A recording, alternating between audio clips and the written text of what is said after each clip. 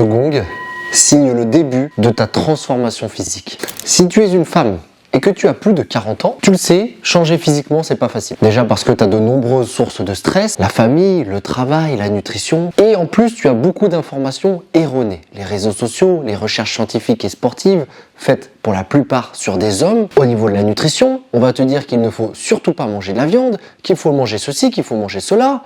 Et puis d'un autre côté, il y a tout un nouveau mouvement qui dit que l'on ne doit rien s'interdire parce que ça nous stresserait trop. Aujourd'hui, on va traverser toi et moi, les 3 piliers qui vont te permettre de te transformer physiquement. Et bien sûr, à la fin de cette vidéo, je te dirai comment rester motivé. Parce que la seule chose qui t'empêche d'atteindre tes objectifs, la plupart du temps, c'est que tu abandonnes en cours de route parce que tu ne vois pas de résultats assez rapides. Je te dirai comment garder la motivation pendant cette transformation. L'idée de cette chaîne, c'est d'aider les femmes à se transformer physiquement, mais en santé. Je ne vais pas te dire mets un déficit calorique, mange 1000 calories par jour, et oui, dans quelques mois, tu auras perdu du poids. Mais quelques mois après, tu vas les reprendre et tu auras complètement déstabilisé tout ton fonctionnement physiologique. La femme est complètement différente de l'homme. Nous allons maintenant attaquer notre premier pilier qui est l'entraînement. Si j'ai plus de 40 ans, qu'est-ce que je dois faire et qu'est-ce que je ne dois pas faire? Ce que je ne dois surtout pas faire, c'est écouter ce qu'on me dit et faire ce qui est le plus facile, courir lentement, longtemps. C'est-à-dire que je vais aller à la salle de fitness et puis je vais courir 1 heure, 2, 3, 4 fois par semaine.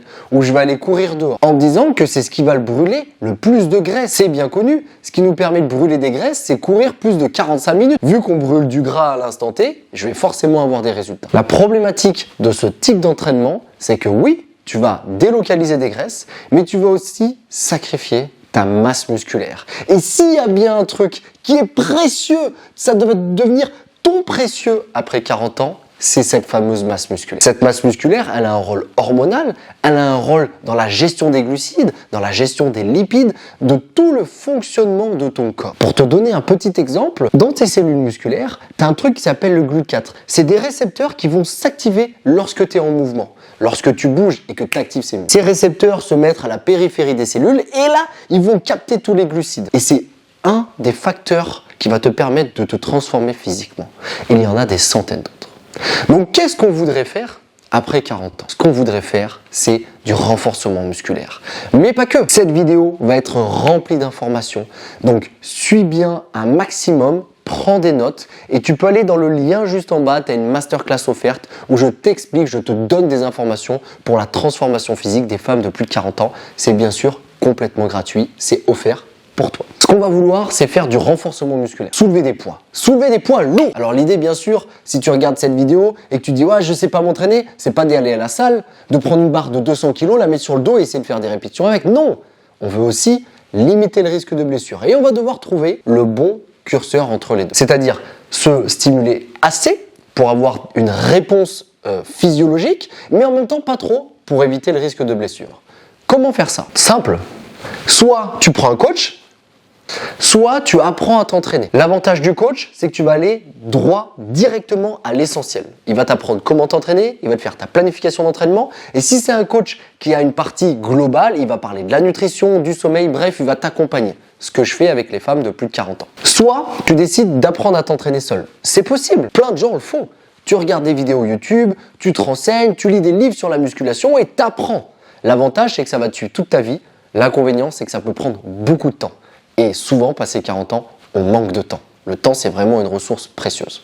Donc, soit tu as de l'argent, tu prends du coaching, soit tu veux pas investir et dans ce cas-là, tu te formes à travers ce genre de vidéos et bien d'autres. Ça va prendre un peu plus de temps, mais tu pourras atteindre tes résultats. Donc, le but, ça va être de faire des exercices polyarticulaires. Parce que toi, quand on parle de transformation physique, tu penses aux quadriceps, tu penses aux fessiers, tu penses aux abdos, pourquoi pas aux biceps, mais tu as des centaines de groupes musculaires. Tu as des muscles qui vont te lire ta colonne vertébrale, tu as même des muscles qui passent à travers tes vertèbres, tu as des muscles qui vont te permettre de serrer tes omoplates, tu as des muscles qui vont te permettre de renforcer tes mollets, l'extension, tes cuisses, renforcer ton genou, tes abdos, toute ta sangle abdominale, bref, tu as des centaines de muscles.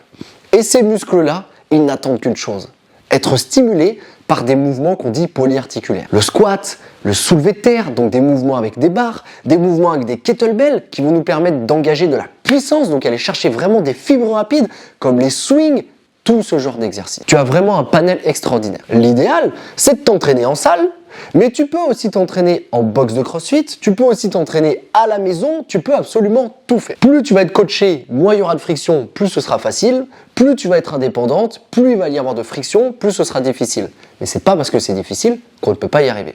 Encore une fois, tu as des milliers de vidéos d'entraînement. Ce qu'on va vouloir, c'est pas faire 50 répétitions. Et ça me fatigue. Je vois l'entraînement pour les femmes de plus de 50 ans, c'est toujours que, ouais, yep, oh, allez, on lève les genoux, ouh, allez, on fait des petits mouvements ici, on tend les bras, on les ramène, Non, il faut que tu soulèves des poids. Ou il faut que tu engages ce qu'on appelle les fibres de type 2, celles qui vont prendre du muscle.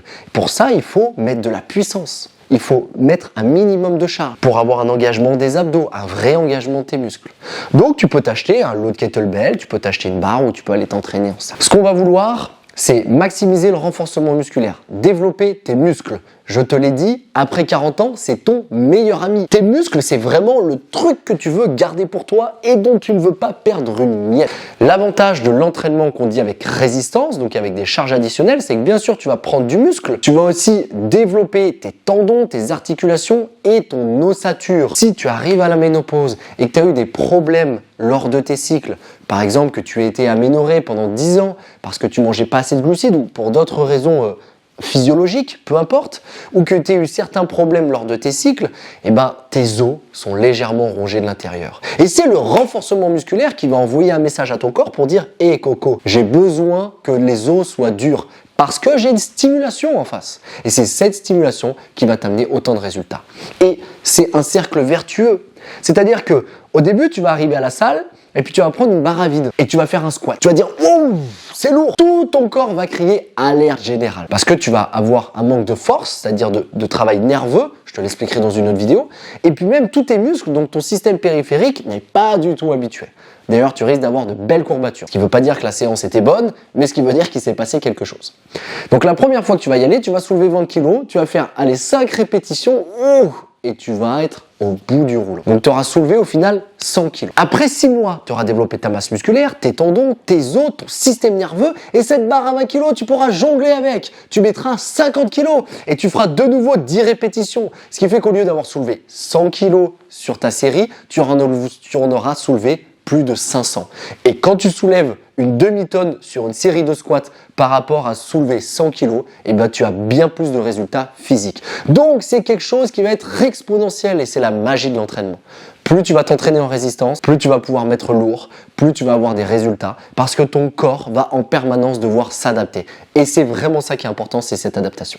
En plus du renforcement musculaire que je te conseillerais de faire 3-4 fois par semaine, ce serait de faire du HIIT, de la très haute intensité. Comme je te l'ai dit au début, la plupart du temps, ce qu'on te conseille, c'est de faire de la basse intensité. C'est de courir pendant des heures. C'est une très bonne chose parce que ça apprend à ton corps à utiliser les graines. En revanche, il ne se passe rien hormonalement et il n'y a pas d'adaptation et tu ne prends pas de muscle, voire même tu en perds souvent. Surtout si en plus de ça, tu mets une diète restrictive pour essayer d'aller chercher ces derniers bouts de gras qui traînent.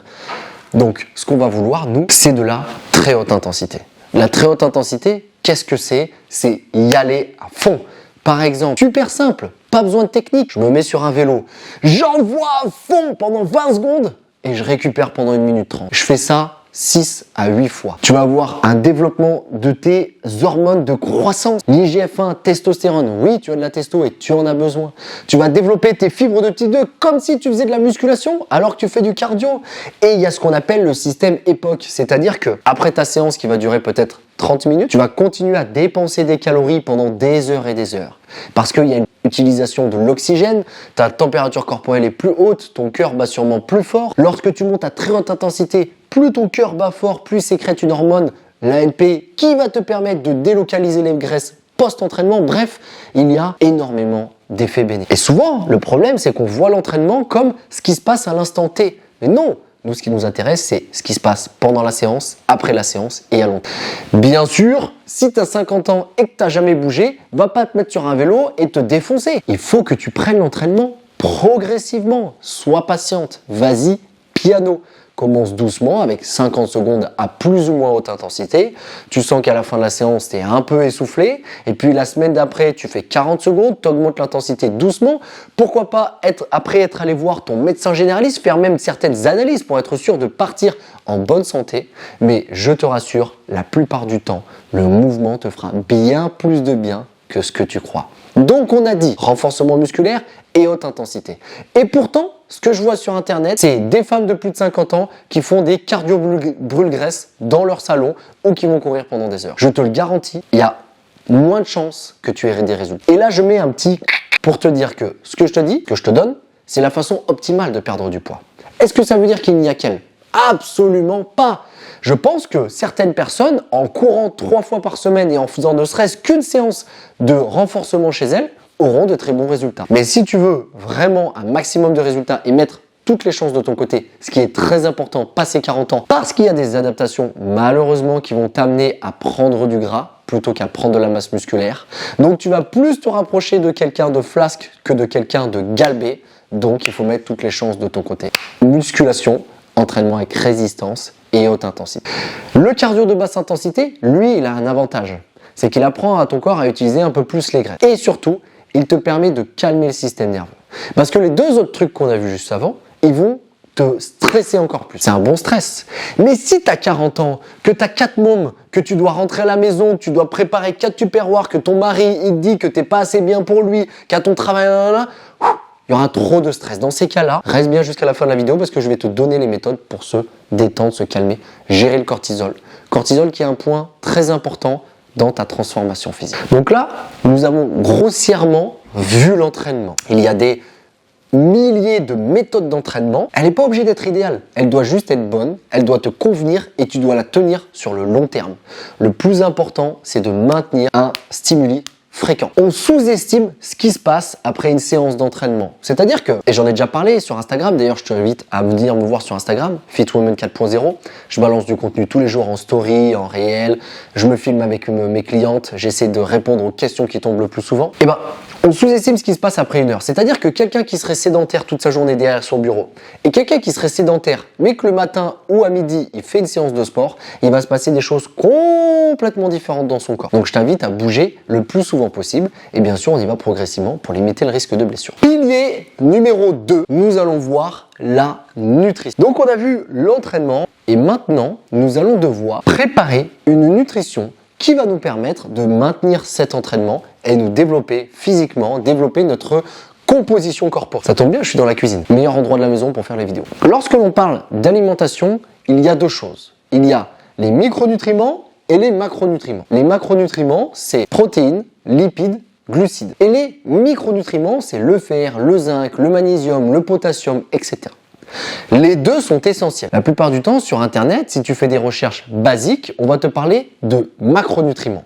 Lipides, protéines, glucides. Les micronutriments vont être très importants et vont vraiment te permettre de maintenir une physiologie à long terme. Donc je dirais macronutriments court terme, micronutriments long terme. C'est pour ça que manger du McDo pendant 6 mois, à la limite, tu peux tenir un certain temps, même s'il va y avoir des résultats sûrement très néfastes sur toi, mais à long terme, tu vas avoir de gros problèmes car tu n'as plus aucun micronutriment. Certains micronutritionnistes avancent une chose, que l'on ne mangerait pas assez dans notre société. Alors qu'on dit qu'on mange souvent trop. Et on mange peut-être trop de calories, mais on ne mange pas assez de micronutriments, car notre alimentation s'est appauvrie en micronutriments. Donc on va voir comment régler les deux. Première chose dont on va parler, les glucides. Les glucides, c'est les sucres. Ça se retrouve dans les pâtes, dans le pain, dans le riz, ça se retrouve dans les légumineuses, mais ça se retrouve aussi dans les bonbons, dans les gâteaux, et souvent, on fait un boubi-boulga de tout ça, on mélange tout. Le sucre que tu as dans tes gâteaux n'a pas la même valeur que le sucre que tu as dans ton riz, même si les deux sont des glucides. Et pour complexifier tout ça, les glucides ne vont pas s'absorber de la même façon. Par exemple, le glucose classique va aller dans ton sang, va être récupéré par tes muscles, par ton foie, ou se transformer en graisse, ou être utilisé, alors que les fructoses doivent obligatoirement passer par ton foie. Bref, c'est assez complexe, et le but c'est pas de rentrer dans le détail, mais on va voir comment fonctionnent les glucides et à quel moment les mettre. Les glucides vont nous permettre de tenir. Dans ton sang, d'ailleurs on voit bien les veines là, je me suis entraîné, dans ton sang, il y a une glycémie, ce qu'on appelle la glycémie par exemple le matin à jeun, ce qu'on va contrôler pour voir si on n'est pas insulino-résistant. Donc tu as toujours des glucides qui circulent dans ton sang. On voudrait en avoir peu. Si on en a trop, ça veut dire qu'il y a un problème avec l'insuline. On va pas rentrer dans les détails, on en parlera dans une autre vidéo. Si tu as des problèmes avec l'insuline, mets-moi en commentaire insuline donne-moi des réponses. J'ai 2 de mes clientes qui ont des problèmes d'insuline, je pourrais t'y répondre car je me suis penché sur la question pour pouvoir les accompagner. Il y a des glucides qui circulent en permanence dans ton corps et tu vas avoir plusieurs façons de te mettre en mouvement. Soit utiliser ces glucides, soit utiliser des graisses. Donc, je prends mon petit gras qui est là et puis je le détruis pour mettre en circulation pour créer ce qu'on appelle de l'ATP. Bon, bref, je ne rentre pas dans les détails. Ton corps, il a besoin de créer de l'énergie. Cette énergie, ça s'appelle l'ATP. Mais l'ATP, c'est lourd, donc il ne peut pas stocker ça. Donc lui, il stocke des glucides, des lipides, des protéines, et il va les transformer d'une certaine façon pour pouvoir créer de l'ATP.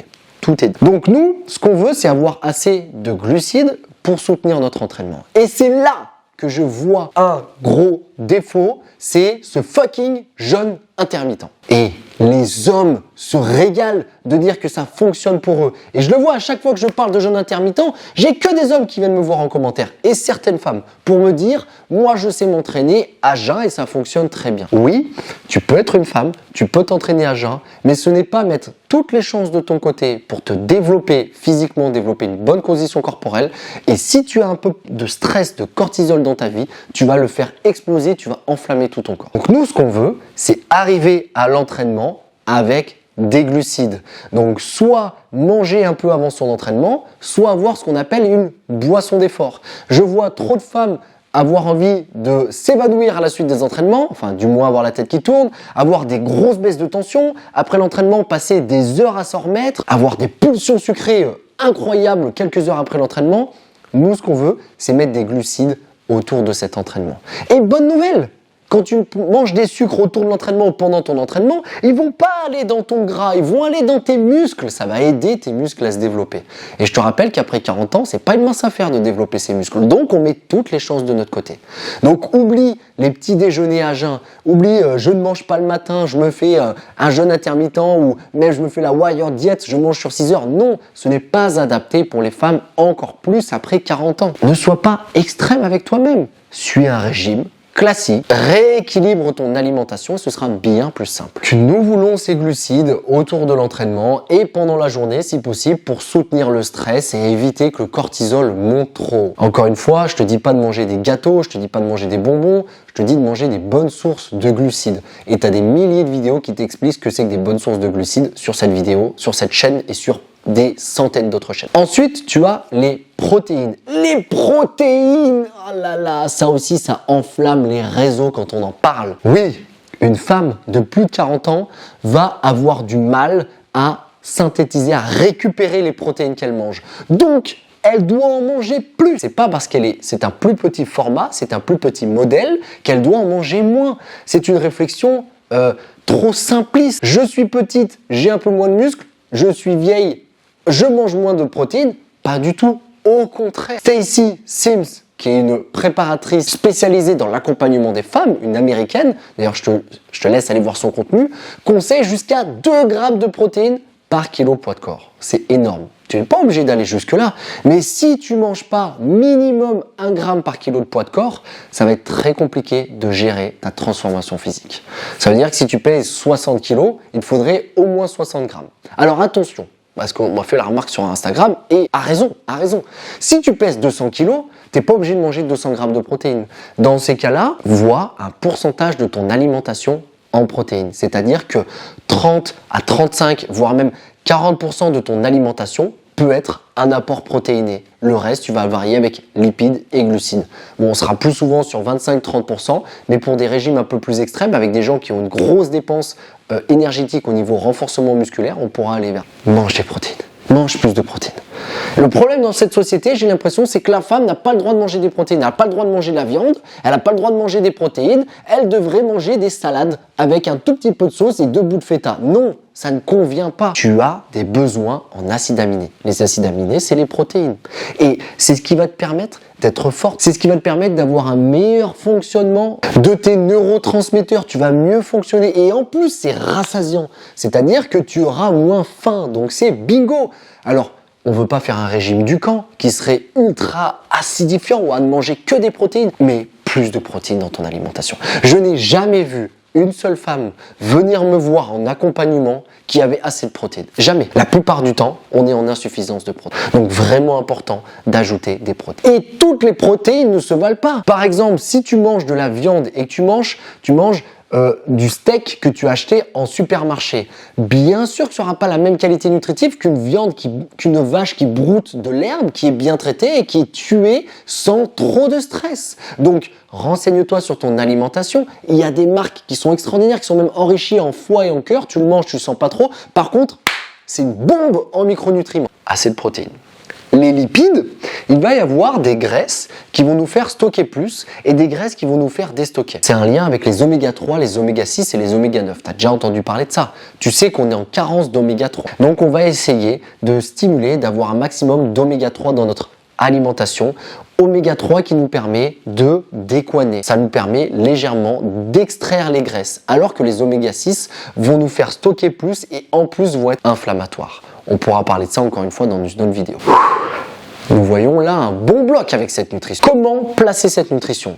Je te conseille de mettre des protéines, des glucides et un peu de lipides dans ton petit déjeuner avec des recettes. Achète-toi des protéines en poudre, des protéines végétales ou mange des plats réfléchis, mets ça dans ton petit déjeuner. À midi, pareil, mange un peu de glucides avec des protéines, des lipides. Une façon classique de manger. Et le soir, à la limite, vire les glucides. Comme ça, tu pourras délocaliser encore plus de graisse et mange des protéines et des lipides. Parce que tant que tu manges des glucides, il y a du sucre qui va dans ton sang et du coup, il y a plus d'insuline. Et tant qu'il y a de l'insuline, il ne peut pas y avoir des stockages de graisse. C'est compliqué. Tu as une hormone qui permet de stocker, tu ne vas pas déstocker pendant que tu as une hormone qui permet de stocker. Donc, pas de jeûne intermittent. En revanche, si tu limites les glucides le soir, tu fais comme un jeûne intermittent au niveau de ton insuline, donc tu délocalises les graisses, tu calmes ton insuline et tu vas plus lire tes résultats sans les défauts qui seraient une élévation extraordinaire du cortisol. Et je vous vois venir, vous, qui allez me dire « Oui, mais les glucides, ça permet de stimuler la sérotonine parce qu'il y a du tryptophane. » Est-ce qu'on parle de ça? Non. En plus, toutes les femmes que je vois, que j'accompagne, qui ont des grosses pertes de poids, elles virent les glucides le soir et elles dorment très bien. Elles n'ont aucun impact. Alors, sûrement que manger des glucides nous aide à mieux dormir, mais il y a des milliers d'autres façons de mieux dormir dont on va parler dans ce prochain pilier qui est la récupération. Bravo à toi, si tu es encore là, ça veut dire que tu as la patience et l'envie de te renseigner et de comprendre comment tu fonctionnes. Et ça, c'est extraordinaire. C'est ce qui d'ailleurs va te permettre d'avoir des résultats. C'est ce qui va te permettre à toi d'avoir des résultats et ce qui fait que ta collègue de travail qui se plaint toute la journée de sa prise de poids, elle n'en aura pas parce qu'elle ne prend pas le temps que toi tu prends pour te former, pour te renseigner, pour comprendre ton fonctionnement. Le sommeil est ultra important. Il se passe des centaines de choses dans ta nuit. Améliorer ta composition corporelle, tu vas récupérer, tu vas reset un peu ton fonctionnement, tu vas faire abaisser ton cortisol, il va se passer énormément. Et le sommeil est primordial. Et, mauvaise nouvelle, l'arrivée de la ménopause, et avec ça vient les bouffées de chaleur. J'ai du mal à m'endormir et du coup je vais être de plus en plus stressé et je vais avoir des problèmes de dépression. Ces problèmes qui pourraient être des problèmes psychiques post-ménopause sont plus souvent liés au manque de sommeil qu'aux perturbations hormonales. Donc règle ce sommeil. Pour ça, fais-toi avant de dormir une bonne séance de méditation. Je sais qu'on le répète, qu'on le dit, on le redit, il n'y a pas de secret. Coupe les écrans, médite, respire, détends-toi et mets ça en place dans ta routine. Personnellement, je suis un profil anxieux. Ça se voit. Dès que je parle, dès que je m'emballe, j'ai la veine, je suis rouge. C'est comme ça, c'est ma physiologie. Donc, tous les jours, je médite. Certains et certaines n'en auront pas besoin. Mais si tu sens que tu as du stress, que tu accumules, que tu as ce cortisol, cette anxiété qui est là, et parfois même, on s'en rend même plus compte, alors il faut que tu calmes ton stress. Parce que ce stress, il va te donner des pulsions sucrées, des envies de manger du sucre, des saloperies. Il va t'empêcher de dormir. Et ce manque de sommeil, ce manque d'énergie va te donner envie d'aller vers des glucides, des sucres rapides pour redonner un peu d'énergie et stimuler cette fameuse ATP dont on a parlé tout à l'heure. Donc, le sommeil est primordial et ça doit devenir quelque chose d'important pour toi. Méditation, tu as certains compléments alimentaires qui vont te permettre de stimuler la mélatonine. je ne te conseille pas de prendre de la mélatonine directement, car ça va influencer tes hormones et ça peut modifier la production même de ton corps à faire cette mélatonine, mais tu as de nombreux précurseurs qui vont te permettre de mieux dormir. Tu as des petits hacks, par exemple, boire des choses un peu fraîches avant d'aller au lit pour faire descendre ta température corporelle, plein de solutions pour mieux dormir. Mais ne prends pas ça à la rigolade. Ton sommeil est très important. Alors si ton mari ou ton mec il ronfle, tu lui achètes un scotch qu'il met sur la bouche. Moi je dors avec ça, je ronfle plus, je respire par le nez et tout va bien. Ou tu t'achètes des boucles. Nous allons voir maintenant le cortisol. Le cortisol, c'est une hormone, alors on pourrait se dire que c'est bien, qui va aller choper des choses, des nutriments à l'intérieur de toi pour les mettre à disposition dans le sang. Donc à l'instant T, c'est bien. J'ai un danger, élévation du cortisol, je vais aller choper des graisses, des acides aminés, donc des protéines, des glucides, du glycogène hépatique, musculaire pour le mettre dans le sang et puis pour que je puisse être là. Parce qu'il y a de la... Le problème, c'est lorsque ça devient chronique. Tu vas avoir un gros problème parce que en permanence, vu que tu es très stressé, ton corps veut mettre du sucre dans le sang pour répondre à ce stress, mais ça devient chronique et du coup, tu as une insulino-résistance qui vient et le cortisol va te faire stocker bien plus au niveau du ventre. Et d'ailleurs, tu peux voir si tu as un profil, il y a des profils qui sont des profils très anxieux, qui vont n'avoir du gras qu'au ventre, elles ont des cuisses où on peut voir limite les stries musculaires, pareil sur le dos, il y a juste une petite bedaine. Attention, ça peut être autre chose, mais ça peut être très lié à ton cortisol. Et en plus, après 50 ans, tu vas avoir une baisse de ta progestérone et de ton œstrogène et ces hormones te permettent de réguler aussi ce cortisol. Donc, warning, après la ménopause, on prend encore plus de temps pour se détendre, pour se calmer.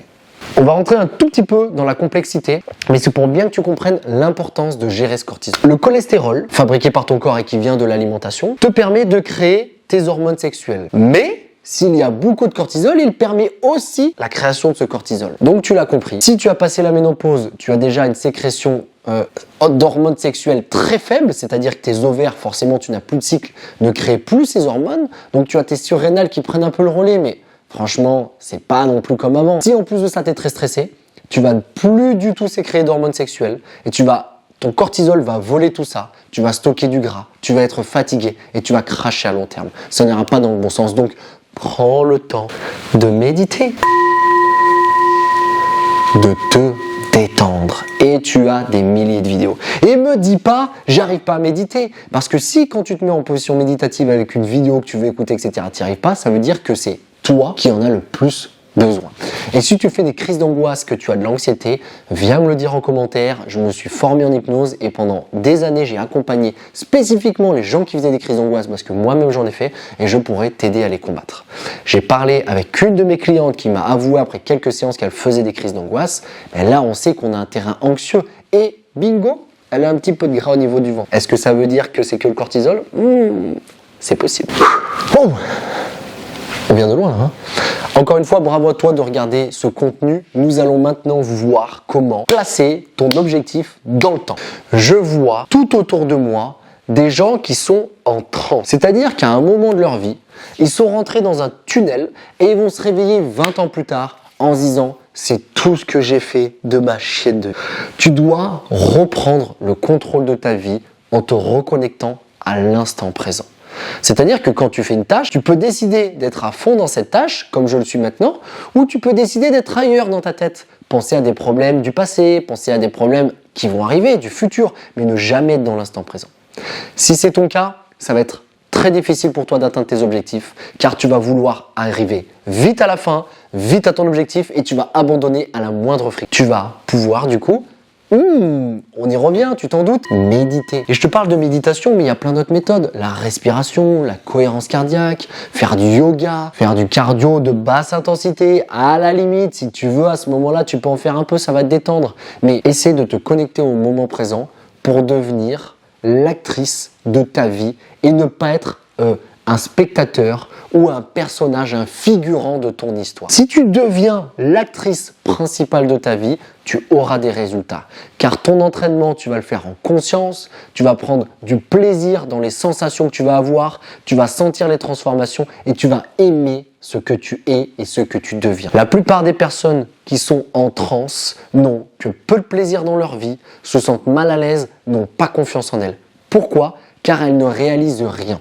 Et je ne te jette pas la pierre, j'ai été comme ça pendant des années et notre cerveau est programmé pour ça, pour fuir le chaos, ce qui est inconfortable pour lui, ce qui est nouveau. Par exemple, si demain tu mets en place une transformation physique, en activant ces 3 piliers dont on vient de parler, la nutrition, l'entraînement, la récupération, ton corps et ton cerveau vont se dire mais what the fuck? Et tu vas te dire je mets en place de tels changements, 2 semaines plus tard, je vais forcément avoir des résultats. Et 2 semaines plus tard, tu n'as pas tes résultats. Parce que tu as surévalué ce qui allait se passer à l'intérieur de toi.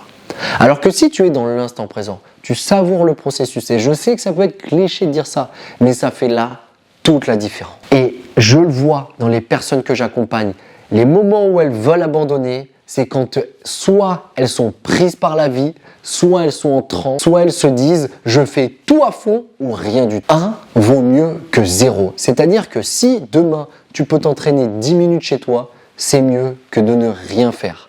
Même si ça te fait louper ta séance d'1 heure que tu avais prévue. La vie est faite de chaos et tu dois l'accepter pour atteindre tes objectifs.